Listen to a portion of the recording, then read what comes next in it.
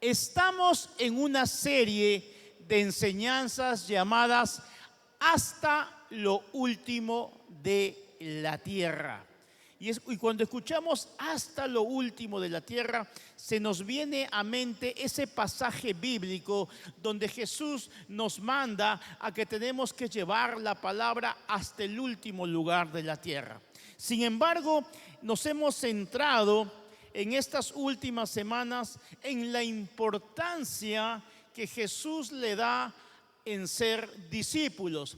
¿Y en qué nos hemos basado estas enseñanzas? Nos hemos basado en el fundamento bíblico que está en Mateo 28, versículo de 18 al 20. ¿Qué dice Mateo 28, del 18 al 20? Dice: Jesús se acercó entonces a ellos y les dijo: se me ha dado toda autoridad en el cielo y en la tierra.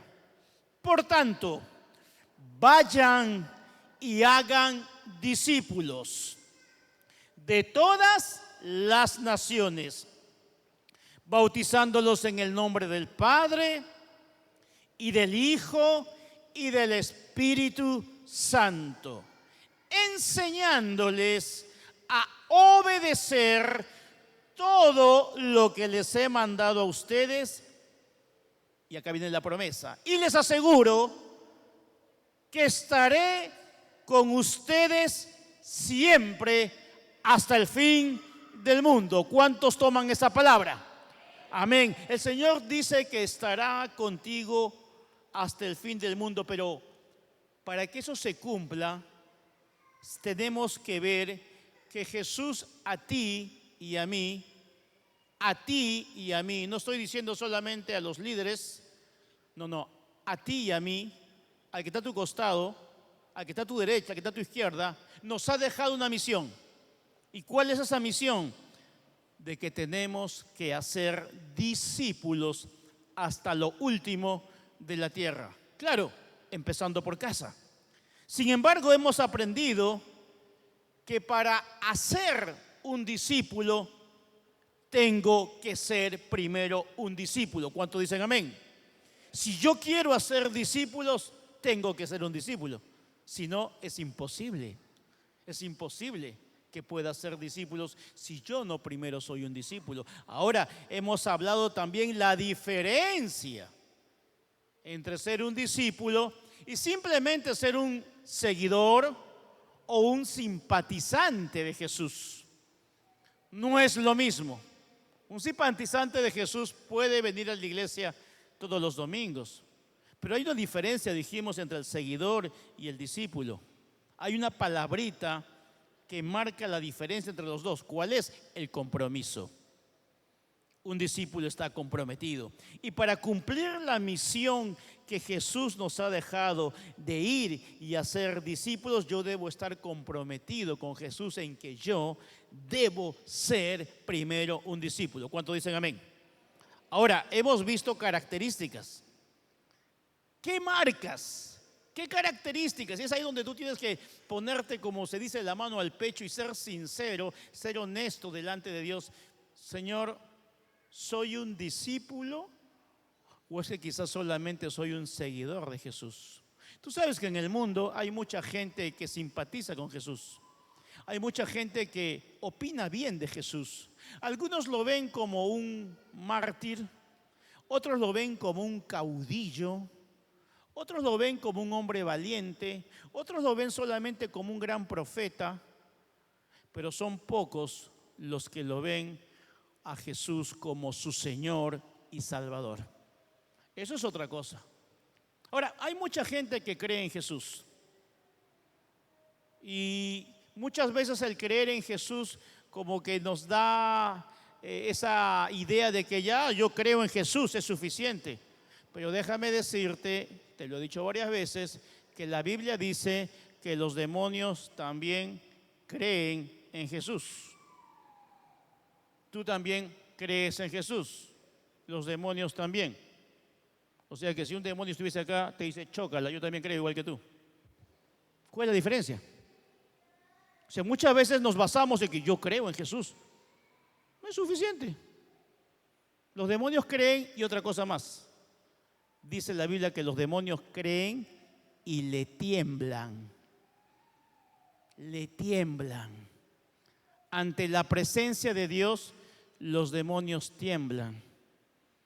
¿Cuántos saben que la presencia de Dios está en este lugar? Y algunos, sin embargo, están de medianoche. Mira, qué importante es de que tú tengas ese temor y esa reverencia a Dios. Porque si los demonios lo hacen, ¿cuánto más los hijos de Dios debemos tener esa honra, ese respeto por la presencia de Dios? Y eso es lo que marca la diferencia. Son pequeños detalles que marcan la diferencia entre un simple seguidor y un discípulo. Un discípulo está comprometido.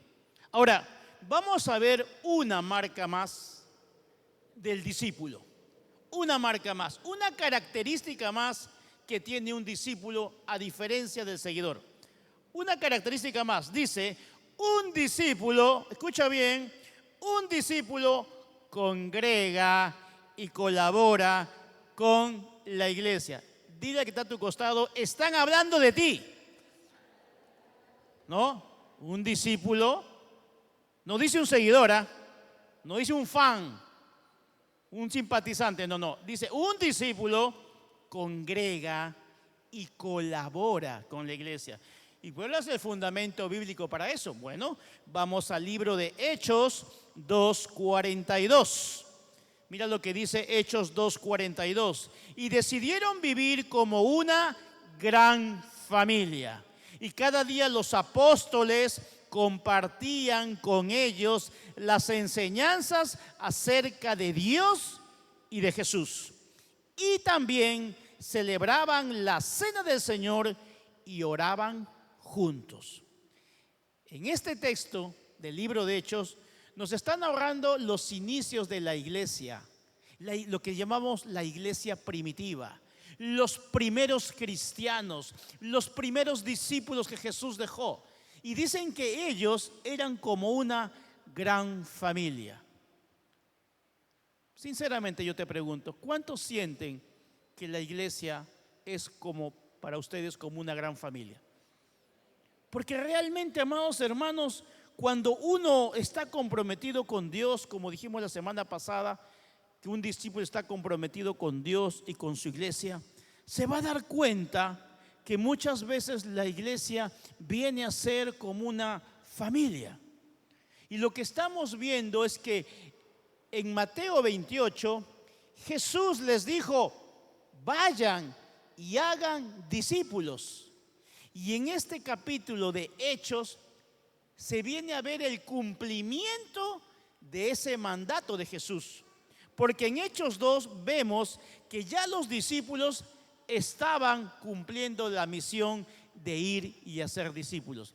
Qué bueno que los discípulos de Jesús no solamente se quedaron, sí, bueno, tenemos que predicar la palabra, claro que sí, se miraron todos, tenemos que predicar, sí, y ahí se quedó. No, ellos dijeron, vamos a comprometernos.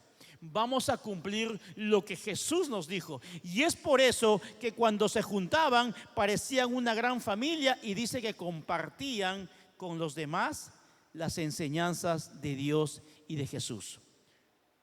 O sea, los discípulos se involucraron. Dile a tu costado, involúcrate. O sea, ¿cuándo te involucras tú? Cuando comienzas a ser parte de la iglesia. Tú no eres un asistente de la iglesia, tú eres parte de la iglesia. Eso es cuando ahí es donde comienzas a ver que la iglesia es como una familia. ¿Por qué? Porque oraban juntos, compartían la palabra juntos. ¿Cuántos de ustedes en algún momento de necesidad, de problemas, te has encontrado con un miembro de la iglesia, sea tu líder, sea tu consiervo, y en ese momento has contado tu necesidad, tu problema, lo conversaron y oraron por ti o te ayudaron? A mí me encanta cuando yo escucho esas cosas, pastor, tal persona tuvo tal problema, tal necesidad Y nos juntamos entre un grupo de hermanos e hicimos esto, oramos, lo visitamos. ¡Qué bueno! Me gusta cuando de manera espontánea sale eso. No te están preguntando, ay, pero ¿qué haremos? Y pastor, ¿que usted qué va a hacer? No, simplemente cuando hay ese espíritu de colaboración, inmediatamente salen en la ayuda, en la oración. ¿Por qué? Porque ahí te das cuenta que la iglesia no solamente es un lugar para asistir, sino también es un lugar donde oramos y colaboramos con los demás. ¿Cuántos dicen amén a eso? Y entonces los primeros discípulos hacían lo mismo. Por eso que el libro de Hechos es el modelo de iglesia que Jesús quiere que tú y yo seamos el día de hoy. Ese es el modelo. ¿Cuál es el mejor modelo de iglesia? En el libro de Hechos está. Por eso que es diferente un simpatizante con un discípulo. Un simpatizante, para él la iglesia es un lugar que visita. Es un lugar que asiste. Mañana puede ser otra, después será otra. ¿Por qué? Porque el simpatizante ve a la iglesia como un lugar de visita, ¿no? Bueno, hoy día voy como quien visita un restaurante, ¿no? Hoy día voy al de aquí, mañana voy al de al frente. No, eso no es lo que hace un discípulo. En cambio, un discípulo ve a su iglesia como una familia que ama. ¿Cuántos se sienten identificados con eso? Son pocos. Pero ¿sabes qué? Eso es realmente lo que hace la diferencia entre un seguidor y un discípulo. Había un famoso predicador y evangelista norteamericano muy conocido apellidado Moody. Moody fundó un instituto bíblico en los Estados Unidos y fue un gran hombre que escribió muchos libros y muchos comentarios bíblicos. Y mira lo que opinaba Moody referente a congregar. Mira lo que él decía. Moody decía lo siguiente: congregar es tan importante para un discípulo como lo es una transfusión de sangre para un enfermo. ¡Wow! Mira el concepto, el alto concepto que tenía Moody referente a congregar en una iglesia. Él comparaba, decía, no, es tan importante congregar como lo puede ser para un enfermo que le van a, como dice, hacer una transfusión de sangre. ¡Wow! Es que eso realmente habla de la importancia de congregar. Por lo tanto, amado hermano, el objetivo que le pido al Espíritu Santo de Dios en esta noche es, una vez más, que hoy día no te llenes más de conocimiento, que ya lo tienes bastante tú y yo, sino que hoy día se te revele la importancia de congregar. Y es por eso que hoy día te voy a dar unos tips importantes por qué debemos congregar. ¿Cuántos quieren estar atentos a esto? Amén. ¿Por qué debemos congregar? Número 1, congregar es uno de los propósitos por los que fuimos creados. Efesios 1:5 dice: Dios decidió de antemano adoptarnos como miembros de su familia, al acercarnos a sí mismo por medio de Jesucristo. Eso es precisamente lo que Él quería hacer y le dio gran gusto hacerlo. Dios anticipadamente nos adoptó. ¿Para qué? Para que tú y yo seamos miembros de su familia. Jesús, antes de que nacieras, planificó, quería que tú y yo seamos parte de una familia. Pero no te estoy hablando solamente de tu familia física, tu familia de sangre, sino que estamos hablando de la familia de Jesús, que es su iglesia. Por eso que este libro de Efesios nos está enseñando que tú y yo, a ti y a mí, Dios nos ha llamado a pertenecer a su familia.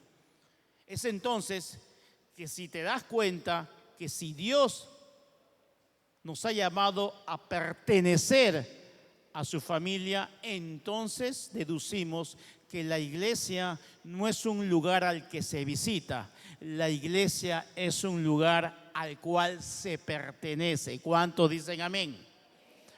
Es diferente. Es diferente entonces. La iglesia es un lugar donde la familia pertenece. ¿Por qué? Porque Dios le ha agradado que tú y yo vivamos en comunidad. Dios no nos ha llamado a vivir en soledad.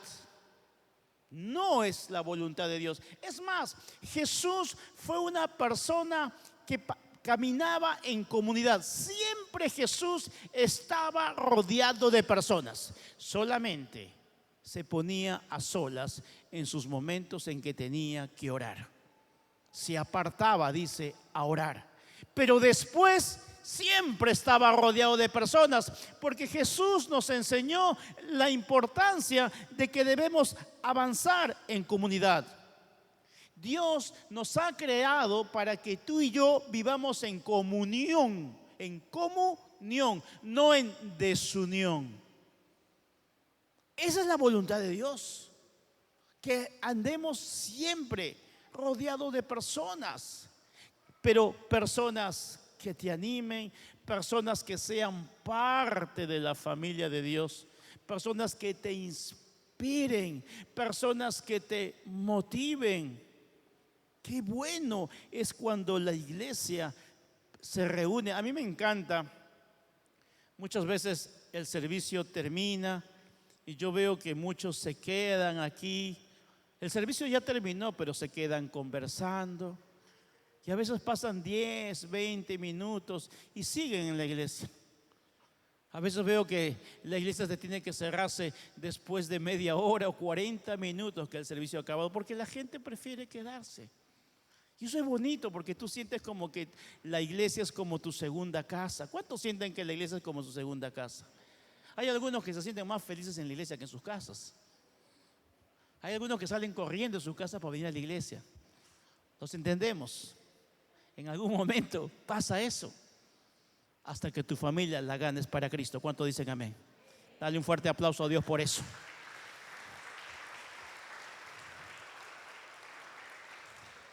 Por lo tanto, realmente es parte del propósito de Dios por el cual fuimos creados, que congreguemos. Número 2, congregar es un hábito de un discípulo de Jesús. Es un hábito. Esa palabra es importante porque el hábito no es algo con lo que se nace. El hábito es algo lo que tú practicas constantemente. El hábito se crea cuando tú lo haces una, dos y varias veces de manera disciplinada. La palabra discípulo dijimos que en su original viene de disciplinado. Y algo que caracteriza al disciplinado es que tiene buenos hábitos. ¿Y cuál es el hábito que debe tener un discípulo? Es el de congregar. Mira lo que dice Hechos 2:46. No dejaban de reunirse. No dejaban de reunirse en el templo ni un solo día. No está diciendo ni un solo domingo. No. Está diciendo no dejaban de congregarse ni un solo día. De casa en casa partían el pan y compartían la comida con alegría y generosidad. Eso creo que es la parte que más les gusta mucho, ¿no? La parte de que compartían la comida. ¿Cuántos después de su grupo de conexión terminan comiéndose? Siempre me entero que ese grupo de conexión acabó a las 12 de la noche a veces. Bueno, no es que acabó a las 12 de la noche, ese grupo de conexión debe durar 1 hora solamente, pero siempre salen a hacer el extra, ¿no? Pero bueno, eso es parte de la comunidad. Pero lo importante es que tenemos que aprender de los primeros discípulos de la iglesia primitiva, que ellos entendieron, escúchame bien, entendieron la importancia de congregar. Para ellos era algo que no estaba correcto el dejar de congregar. Y no solamente el domingo en la iglesia, congregaban en las casas. Ese es el fundamento bíblico. ¿Por qué en esta iglesia hay grupos de conexión? Porque el libro de Hechos dice que se reunían en las casas. A mí me encanta cuando escucho, pastor, mi grupo de conexión lo hago en mi casa. No importa si mi sala es pequeña, mi comedor es pequeño, yo acomodo las cosas. Pero qué bendición es abrir las puertas de mi casa para que se predique la palabra de Dios. Eso es una bendición. Yo recuerdo con mi esposa, nuestro primer lugar donde nos casamos. Dios mío, creo que todo esto de acá, por ahí iba, ¿no? Hasta más grande me parece que es. Y la sala que teníamos, Dios santo. Pero ahí hacíamos nuestro grupo de conexión. Los acomodábamos con cojines. No sé qué poníamos, todos medios arrimados ahí. Pero ahí hacíamos nuestro grupo de conexión. Porque teníamos que seguir haciendo lo que Dios nos ha mandado a hacer. Ir y hacer discípulos. ¿Qué te detiene a ti? No, es que estoy esperando, pastor, pintar la casa. Es que estoy esperando comprarme los muebles nuevecitos. Y cuando tenga mi nuevo comedor. Bueno, Dios mío, ¿por qué no das tu paso de fe de una vez? ¿Por qué? Porque cuando uno tiene claro que el hábito de congregarse en las casas, el hábito de congregarse en la iglesia, es algo maravilloso. Y tú dirás, pero eso de que todos los días ya suena a fanatismo. Sí, la gente nos suele llamar fanáticos, porque para ellos fanatismo, oye, ¿qué? Pero ya pues ya fuiste el domingo, ¿no? ¿Que otra vez? ¿Cuántos de ustedes se han sentido así como alguna vez todos nos hemos sentido al comienzo cuando empezamos los caminos de Dios con mi esposa? Por ejemplo, el lunes teníamos nuestro grupo de conexión, el martes teníamos nuestra escuela de liderazgo, el miércoles reunión con nuestro líder, el jueves, no sé, por ahí una reunión de intercesión. Y es decir, la semana a veces la teníamos ocupada en las noches. ¿Cuántos de ustedes, alguien les dijo en su casa, ya pues no seas fanático? A ver, ¿quién levanta la mano? Ah, ya tú eres muy fanático, pues ya. Sin embargo, cuando vemos una persona que es fanática, por ejemplo, de un deporte, que no es malo, ¿no? Si vemos una persona que ahora último que jugó la selección y el Perú metió gol, el Guerrero resucitó y wow, te pones tu camiseta, te pintas la cara y nadie dice nada, todo el mundo se ríe, es un fanático de la selección peruana. O si tienes tu equipo favorito y te vistes con los colores de tu equipo favorito, es un fanático y no te molestas. Pero sí nos molestamos cuando una persona es fanático de Cristo. No nos incomoda si es fanático de algún equipo deportivo o fanático de algún artista, pero ¿cómo incomoda si uno es fanático de Jesús? ¿Ustedes creen que ser fanático de Jesús sea un pecado? Por supuesto que no. Más bien creo que en este tiempo, qué bueno más bien si nos volvemos fanáticos de Jesús. Es preferible ser un fanático de Jesús, que es algo real y verdadero y que realmente nos va a llevar a bendición, a ser fanático de cosas que son vanas. ¿Cuántos dicen amén? ¿Cuántos fanáticos le dan un aplauso al Señor? Pero fuerte, como un verdadero fanático de Jesús. Fuerte ese aplauso a Jesús. Ahora, recuerda que en esos primeros tiempos de la iglesia primitiva, ellos estaban siendo perseguidos, estaban siendo asesinados. Nerón los estaba persiguiendo, matando. Y tú dirás, sí, pues pastor, qué bravo era en esos tiempos, ¿no? Qué bueno que acá en Sullana estamos tranquilos, no hay ningún Nerón acá en Sullana, ni en Piura. Estamos en un lugar de libertad. Pero quiero decirte algo. Hace poco nomás el pastor Sergio nos comentaba, en una reunión que ha tenido hace 3 semanas, un pastor de Bielorrusia, que es un país independiente cercano a la Rusia actualmente. Este pastor hizo un pequeño comentario solamente referente a la guerra de Ucrania y Rusia. No estaba de acuerdo con algunas cosas. Fue suficiente para que inmediatamente mandasen tractores, gente, y le destruyeron toda la iglesia. Se la derrumbaron toda la iglesia y ese pastor tuvo que comenzar a congregar en la calle de manera clandestina. Eso ha pasado hace 3 semanas. Un pastor de Argelia. Ustedes saben que el Islam está dominando el mundo. El Islam ha dominado a la fuerza el Asia, pero está dominando ideológicamente Europa, Inglaterra, Francia, Alemania. Son países que están completamente islamizados. El Islam está tomando el 20% de la población europea, ya practica el Islam. Y estos pastores están siendo perseguidos. Este pastor de Argelia había sido golpeado brutalmente con toda su familia, allá en Argelia. Para los que no saben, durante este mes en Siria han sido asesinados cerca de 70,000 cristianos. En este mes, entre febrero y marzo actualmente, han sido asesinados cerca de 70,000 cristianos. ¿Por qué los han asesinado? Simplemente por profesar la fe cristiana. Tenemos que ser muy agradecidos con Dios del tipo de cristianismo que llevamos nosotros acá. Tranquilo, es más, hasta nos incomodamos.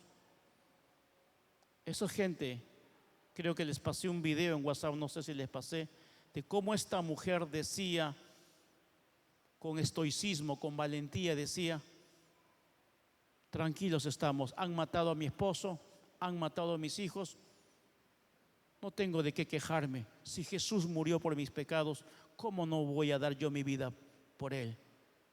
Nos sentimos unos mártires por la causa de Jesús. Yo me quedaba sorprendido. Esos sí son verdaderos discípulos. Entonces uno, cuando comienza a examinar su vida cristiana, si somos honestos, nos quejamos por problemas menores, por cosas insignificantes. Nos sentimos perseguidos. Ay, pastor, lo que pasa es que en mi trabajo me hacen bullying, ese señor me sacó la lengua por ser cristiano y ya quiero llorar. Cuando esa gente está siendo asesinada, ellos ya están viviendo los últimos tiempos. Muchos decimos: uy, ¿cuándo vendrán los últimos tiempos? No, ya estamos en últimos tiempos. Pero ¿sabes qué sale a la luz? El compromiso que ellos siguen ahí congregando y saben que están a punto de perder su vida. El mismo Jesús, porque tú dirás: Jesús no congregaba. No, Jesús congregaba todos los domingos. ¿Dónde? En la sinagoga. Y la sinagoga, como leía por ahí, ¿de quién estaba formada una sinagoga? ¿De fariseos? ¿De seduceos? ¿De gente que quizás no era la mejor? Pero eso no fue excusa de Jesús para no venir a la iglesia. Porque muchas veces nos lo decimos: ay, yo amo a Dios, pero no me gusta la iglesia porque en la iglesia toda la gente es hipócrita. Jesús asistía todos los domingos a la sinagoga, y en esa sinagoga también había gente hipócrita. No hay excusa para que tú y yo no dejemos de congregar. ¿Sabes por qué? Porque cuando uno tiene el hábito de alabar a Dios, el hábito de amar a Dios, va a buscar una iglesia donde congregar, va a buscar un grupo de conexión donde congregar. Y yo quiero motivarte, aprovechar este momento para motivarte. Si tú no estás asistiendo a un grupo de conexión, comienza a asistir. Deja de lado las excusas, deja de lado el orgullo y comienza a congregar en un grupo de conexión. ¿Cuántos dicen amén a eso? Número 3, congregar es un mandato bíblico. ¿Qué cosa es? ¿Una sugerencia? No, es un mandato bíblico. Hebreos 10:25. No dejemos de congregarnos. No dejemos de congregarnos como acostumbran a hacer algunos. Bueno, ahí sí no le vas a decir, están hablando de ti. No, no, no, no. Sino, animémonos unos a otros y con mayor razón ahora, miren, hace más de 2000 años y con mayor razón ahora que vemos que el día se acerca. ¡Wow! Hace más de 2000 años ellos hablaban del día que se acerca. Hace más de 2000 años ellos estaban enfocados en que Jesús iba a venir, iba a regresar pronto. Hace más de 2000 años ellos estaban viendo la necesidad de predicar a la gente de que tenemos que dejar, que no tenemos que dejar de congregar. Bueno, vemos que este problema también lo tuvo la iglesia primitiva. Que en la iglesia primitiva también había gente que no le gustaba congregar. Y hoy día vemos algo muy parecido. Mucha gente se malacostumbró en tiempo de pandemia. Ok, vimos que era una necesidad congregar de manera virtual. Buscamos la manera de seguir congregando, pero mucha gente cuando pasó la pandemia, dijo, ya no quería venir a la iglesia. Y es que sabes que es una experiencia diferente congregar de manera presencial. Es por eso que el autor del libro de Hebreos nos está exhortando, diciendo, no dejes de congregar, porque una persona que deja de congregar, o sea, un cristiano sin iglesia, es como una oveja sin rebaño. Ahora, ¿cómo es una oveja sin rebaño? Una oveja sin rebaño está perdida. Una oveja sin rebaño está indefensa. Una oveja sin rebaño está en peligro. Una oveja sin rebaño está sin pastor. Entonces, una oveja sola es presa fácil. No intentes llevar un cristianismo de manera solitaria. No funciona. No funciona llevar una vida cristiana en soledad. No funciona. Yo creo que cualquier persona que tiene años siendo discípulo en una iglesia te lo puede decir con autoridad.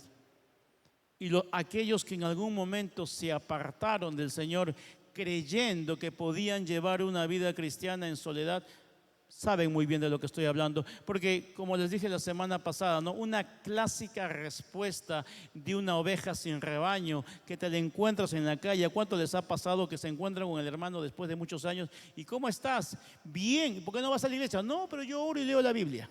Te van a responder así. Es que no es lo mismo llevar en soledad un cristianismo.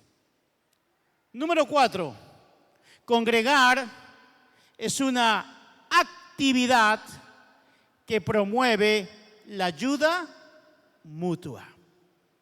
¿Que promueve qué? La ayuda mutua. Gálatas 6:2. Cuando tengan dificultades, que dice, ayúdense unos a otros. Esa es la manera de obedecer la ley de Cristo. Nadie aquí de nosotros está libre de pasar dificultades. Y siempre lo digo porque Jesús lo dijo en la palabra, en el mundo tendréis aflicción. O sea, en el mundo tendremos dificultades. ¿Tienes dificultades? Todos tenemos dificultades. Sin embargo, dice la importancia de congregar, porque cuando hay dificultades, muchas veces, ¿cómo se ayudan unos a otros? ¿Cuántos en algún momento de dificultad sintieron esa ayuda de ese hermano, de esa familia en Cristo? ¿Cuántos sintieron esa ayuda? Quizás es una persona que quizás ya no la has vuelto a ver, que ya no vino a la iglesia, no sé. Pero en algún momento sentiste la ayuda de Dios a través de esa persona. Es el mismo Dios. ¿Por qué? Porque como les digo, todos podemos pasar dificultades. Y es justamente en la iglesia, es el espacio donde podemos orar unos por otros. Hay mucha gente que se aparta de la iglesia, dice, nadie se ha acordado de mí, se han olvidado, nadie me llama y he estado pasando un problema terrible. Pero ¿cómo nos vamos a enterar que has estado pasando un problema tan complicado si hace un mes que no vienes a la iglesia? ¿Cómo podemos saber? En cambio, cuando la persona viene a la iglesia, a pesar de sus dificultades, y es sincera, es honesta en decir, me está pasando este problema, por favor, oren por esto. Para eso es el grupo de conexión. Quizás acá en el servicio no lo puedas decir esa necesidad, pero para eso es el grupo de conexión, para que justamente digas, hermanos, líder, por favor, estoy pasando este problema, quiero que me apoyen en oración. Eso es la iglesia. Para eso estamos. Por eso la importancia de congregar, porque podemos animarnos unos a otros. Porque quizás tú vas con ese problema y el que está a tu costado dice, hermana, yo pasé exactamente lo mismo en mi familia, yo pasé exactamente lo mismo en mi matrimonio, pero te puedo decir que hoy día ya ese tema está resuelto porque el Señor me ayudó y me dijo que hiciera esto y esto, y tú dices, wow. Por eso la importancia de congregar, porque nos animamos, nos ayudamos. Sé de muchas personas que hasta tuvieron problemas económicos y entre los hermanos hicieron una actividad y le dieron una ayuda, porque también es parte de eso. No es que solamente sea la iglesia para eso. El fin de la iglesia es que todos estemos conectados con Dios, pero Dios nos pone una iglesia, nos pone un grupo de conexión, porque somos conscientes que un cristiano en soledad definitivamente puede ser víctima del enemigo. Y el diablo se aprovecha de aquellas personas que deciden vivir sus dificultades de manera solitaria. El enemigo los destruye más todavía. ¿A cuántos Dios les está hablando en esta noche? Es por eso la importancia de congregar. Número 5, congregar es una acción que fomenta la unidad. Congregar fomenta la unidad, pero es una acción. ¿Por qué? Mira lo que dice Romanos capítulo 12, versículo 4 y 5. Pues así como cada uno de nosotros tiene un solo cuerpo con muchos miembros, y no todos estos miembros desempeñan la misma función, también nosotros, siendo muchos, formamos un solo cuerpo en Cristo. Y cada miembro está unido a todos los demás. ¿Qué sabiduría la que le dio Dios, el Espíritu Santo, al apóstol Pablo cuando quiso comparar a la iglesia? La comparó con el cuerpo humano.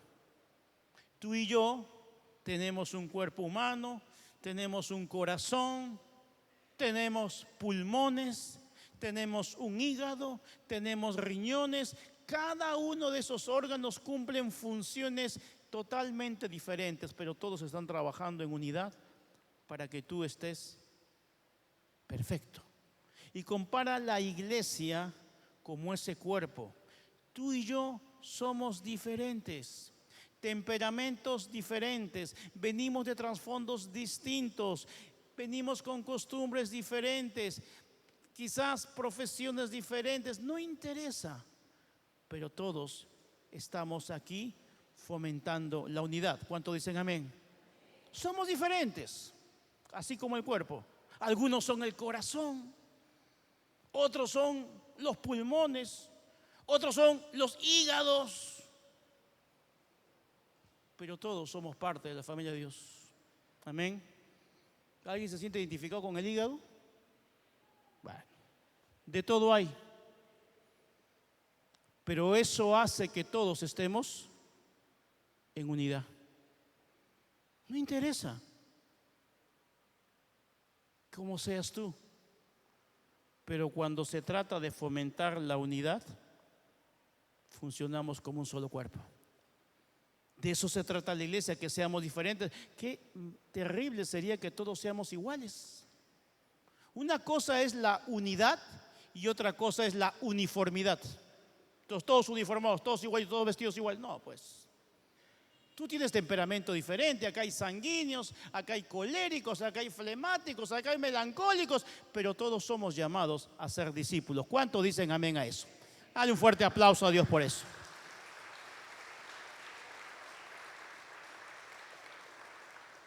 Qué bueno que somos diferentes, pero en esa diferencia Dios nos llama a estar unidos. Cada uno de ustedes tiene una función. Tu función es importante. Acá nadie es menos. Acá todos son importantes. Todos somos importantes. Dios ha creado al cuerpo perfecto. Ningún órgano está sobrando. Los médicos dicen por ahí, no sé si hoy por hoy, la ciencia haya descubierto, pero los médicos no saben cuál es la función del apéndice. ¿No? Oye, ¿el apéndice? ¿Cuántos se han operado acá del apéndice? ¿No? ¿Para qué servía el apéndice? Bueno, acá nadie es apéndice, por si acaso. Acá todos son valiosos. Todos tienen algo importante. Acá nadie puede sentirse menos. ¿Por qué? Porque es suficiente con que seas un hijo de Dios. Dios te ha dado una función. Tú tienes una función acá en la iglesia, tienes una responsabilidad. Pídele a Dios, Señor, ¿cuál es esa función? Porque cuando tú te involucras con la iglesia, con esa función, ¿qué estás haciendo? Estás fomentando la unidad. Cuando tú estás sirviendo en un ministerio, estás fomentando la unidad. Cuando tú estás apoyando en alguna área de la iglesia, ¿qué estás haciendo? Estás fomentando la unidad. Por eso te das cuenta que el congregar fomenta la unidad, porque tus funciones son importantes y Dios las ve desde el cielo y Él está contento y alegre cuando tú le sirves a Dios y a su iglesia. ¿Cuánto dicen amén? Ahora, número 6, congregar es también una práctica que nos da la oportunidad de servir, crecer y desarrollar nuestros dones. Claro que sí. Y mira lo que dice Romanos 12, 7 al 8. Escucha bien esto. Si tu don es servir a otros, sírvelos bien. Si eres maestro, enseña bien. Si tu don consiste en animar a otros, anímalos. Si tu don es dar, hazlo con generosidad. Si Dios te ha dado la capacidad de liderar, toma la responsabilidad en serio. Y si tienes el don de mostrar bondad a otros, hazlo con gusto. ¡Wow! O sea, nadie puede decir, es que no me dan la oportunidad a mí. Claro que tienes la oportunidad, porque Dios te ha dado a ti dones. Te ha dado habilidades. Hay muchos dones que yo veo en ustedes que yo no los tengo, que la pastora no los tiene, pero los tienen ustedes. Y es por eso que la iglesia puede ir avanzando, puede ir creciendo. ¿Cuántos dones y habilidades los hemos descubierto en la iglesia? Hace 29 años, que con mi esposa ya vamos a cumplir 29 años en Agua Viva. Yo me pregunto, ¿dónde aprendimos a liderar? ¿Dónde aprendimos a predicar? ¿Dónde aprendimos a servir? ¿Dónde aprendimos a dar? Si no fue que la iglesia nos enseñó eso. ¿Cómo podemos menospreciar el congregar si el congregar estos años nos ha enseñado tantas cosas que ahora las hacemos? ¿Cuántos quizás tenían temor de hablar en público y hoy se paran frente a su grupo de conexión, o quizás se paran aquí y hablan con tranquilidad? ¿Dónde lo aprendió? El Señor se lo enseñó en la iglesia. Yo no sé si tú tendrías problemas en relacionarte con otras personas en la universidad o en el instituto. Quizás dar una exposición, te ponías nervioso. Pero ¿dónde se cortó eso? En la iglesia. ¿Por qué? Porque justamente en la iglesia es donde vemos que descubrimos nuestros dones y habilidades. ¿Por qué? Porque la iglesia es un lugar donde Dios forma nuestro carácter. Pero ¿a quién le forma su carácter? ¿Al seguidor? No. El seguidor no se deja formar, huye de la formación. El discípulo congrega en la iglesia y deja que Dios forme su carácter. Y claro, no es fácil, pero en esa formación de carácter salen las habilidades, salen los dones, salen las responsabilidades. Dime si no es hermoso por eso congregar. Congregar no es solamente cuestión de asistir el domingo. Congregar en la iglesia es importante porque ahí es donde podemos desarrollar nuestros mejores dones y talentos. Es en la iglesia donde hemos aprendido a servir. Es la iglesia donde hemos afilado nuestros dones y talentos. Y yo no sé usted, pero a mí las cosas que en la iglesia he aprendido me han servido más bien en el mundo secular. En el año 2010, cuando el coaching estaba recién empezando a nivel, digamos, el Perú, y me acuerdo que en la empresa donde trabajaba me mandaron a un curso de coaching. Yo ni sabía qué cosa es el coaching, decía de cómo se come eso, pero bueno, la cosa que fuimos, bueno, digo fui porque fui el único en toda la empresa. Y esta mujer, una psicóloga, ella se jactaba de ser una de las primeras coach en el Perú. Decía, yo soy egresada de la Pontificia Universidad Católica, soy la primera generación de coach aquí en el Perú. Entonces ella, no, como que nos sentíamos privilegiados de que estábamos recibiendo de primera mano una capacitación de coaching. Y cuando yo escuchaba que ella nos enseñaba todas estas cosas con palabras técnicas, yo decía, pero todo lo que me está enseñando, yo ya lo sé. Me lo enseñaron en la escuela de liderazgo. Me lo enseña la palabra de Dios. Ella me lo decía con palabras técnicas, con palabras diferentes, pero al fin y al cabo yo decía, y ahí fue donde yo me acuerdo que dije, gracias Señor por congregar en la iglesia que estoy. Y no era que me sentía autosuficiente, que sentía de que yo podía, no, sí decía, gracias Señor porque ya tu palabra nos enseña esas cosas. Con distintas maneras. ¿Por qué? Porque realmente cuando uno se compromete con la iglesia, cuando uno congrega en la iglesia y realmente cuando uno pone por obra todo lo que nos enseñan en la iglesia por medio de la palabra de Dios, te das cuenta que realmente más bien tú puedes ser un canal de bendición para la gente que está afuera. Y Dios te va a usar doblemente. Mira, es una bendición. Dile que está a tu costado, es una bendición congregar. No dejes de venir. Por lo tanto, es en la iglesia donde afilamos nuestros dones. Número 7, para terminar, congregar. Esto es lo más hermoso, ¿eh? Congregar es un acto que contiene una promesa. Hay promesa de bendición para aquel que congrega fielmente, para aquel que es discípulo. Hay una promesa. ¿Y cuál es esa promesa? Mateo 18:20 dice, porque donde están 2 o 3 congregados en mi nombre, allí estoy yo en medio de ellos. ¿Cuántos sinceramente tienen la convicción que la presencia de Dios está en este lugar? Esa misma presencia de Dios que fue la que resucitó a muchas personas, esa misma presencia de Dios que fue la que guió a Moisés en medio del Mar Rojo, esa misma presencia de Dios que guió a Josué para que los muros de Jericó cayeran, Esa misma presencia de Dios que estuvo con Jesús en Getsemaní en sus últimos minutos antes de ir a la cruz, esa misma presencia es la que está aquí en este lugar.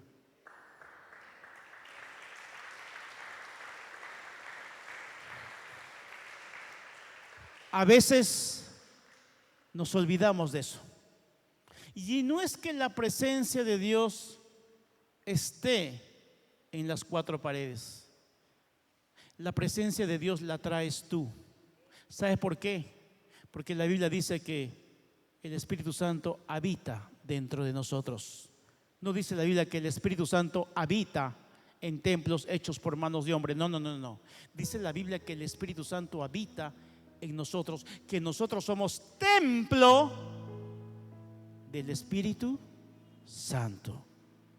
Tu cuerpo es la casa donde descansa el Espíritu Santo. Cada domingo no es que tú vienes a encontrarte con el Espíritu Santo. Cada domingo tú traes al Espíritu Santo. Y cuando todos traemos la presencia del Espíritu Santo, en esta iglesia comienza a haber un avivamiento. Comienza a ver entonces las manifestaciones de Dios, porque tú traes la presencia de Dios, porque esa presencia tú la cultivas todos los días en tu casa. Sí, es hermoso orar en casa, sí es hermoso leer la palabra de Dios en casa, pero hay otra sensación cuando uno viene a congregar a la iglesia. Porque muchas veces hemos venido desanimados, hemos venido quizás cansados, quizás desesperanzados, pero hemos venido el domingo a la iglesia. ¿Y cuántos pueden decir que llegaron así, pero se fueron con ánimo y con fe? Se fueron contentos. ¿Quién lo hizo eso? La presencia del Espíritu Santo. Porque cuando congregamos, quizás los problemas siguen igual, pero nosotros salimos con una actitud diferente. Salimos con una actitud de fe. Quizás saliste con problemas de tu casa, quizás discutiendo, pero sales de acá y lo que tienes que llegar a hacer es ahí, a esa casa, y dar un fuerte abrazo a esa persona o extenderle un perdón. ¿Por qué lo haces? Porque entiendes que la presencia de Dios te está hablando en esta noche. Y sabes que la iglesia no es un lugar donde solamente venimos a escuchar, no, sino que dices, verdaderamente Dios me está hablando y yo debo dejar esa actitud, debo dejar ese pecado. ¿Dónde lo aprendemos eso? Cada vez que congregamos. ¿Cómo no voy a congregar entonces? Tú no puedes rechazar la iglesia, porque dice la Biblia que la iglesia es la novia de Jesús. Si tú rechazas a la novia, estás rechazando a Jesús.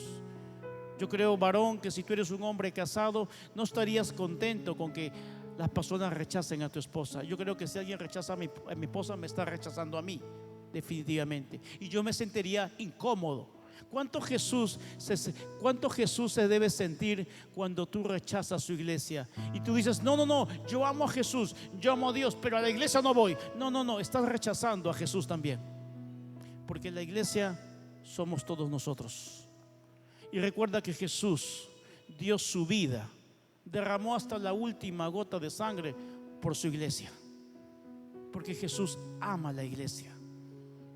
Tú y yo somos la iglesia. Y si Jesús ama a la iglesia, ¿cómo tú la vas a rechazar?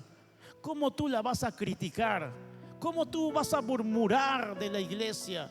¿Cómo tú vas a condenar a la iglesia? Cuidado, lo estás haciendo al mismo Jesús. Estás criticando, estás condenando, estás murmurando, hablando mal de la novia de Jesús.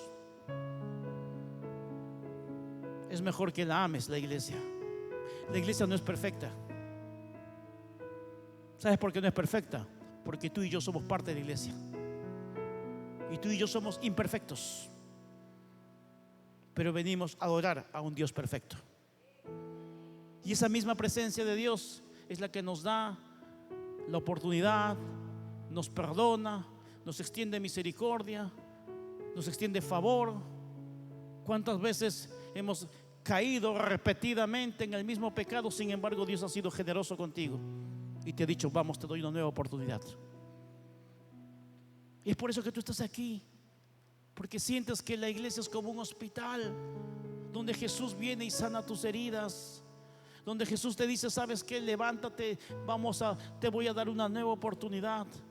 ¿Cómo no vamos a estar agradecidos con Dios de congregar en una iglesia? ¿Cómo no vamos a seguir colaborando con la iglesia cuando realmente es un regalo que Dios nos ha dado? Y estamos aprovechando este tiempo porque los tiempos son difíciles. No estamos en Argelia, no estamos en Bielorrusia, estamos aquí en el Perú, en Piura, en Sullana, donde tenemos todavía la libertad de sentarnos cómodamente y poder llegar a casa con libertad. Nadie nos persigue, pero puede llegar el momento en que nos convirtamos en los perseguidos y que después tengamos que valorar este tiempo como algunos lo valoraron en pandemia.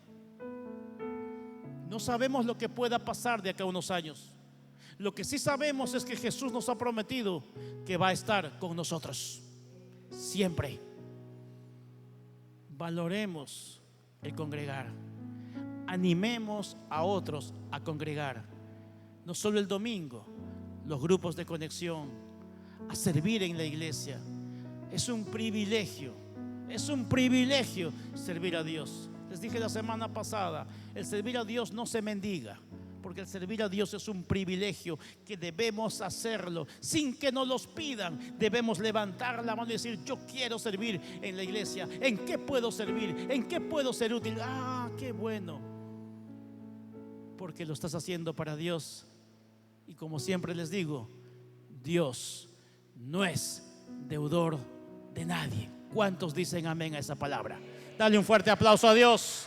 Gracias, Señor, por tu palabra, en el nombre de Cristo Jesús. Amén.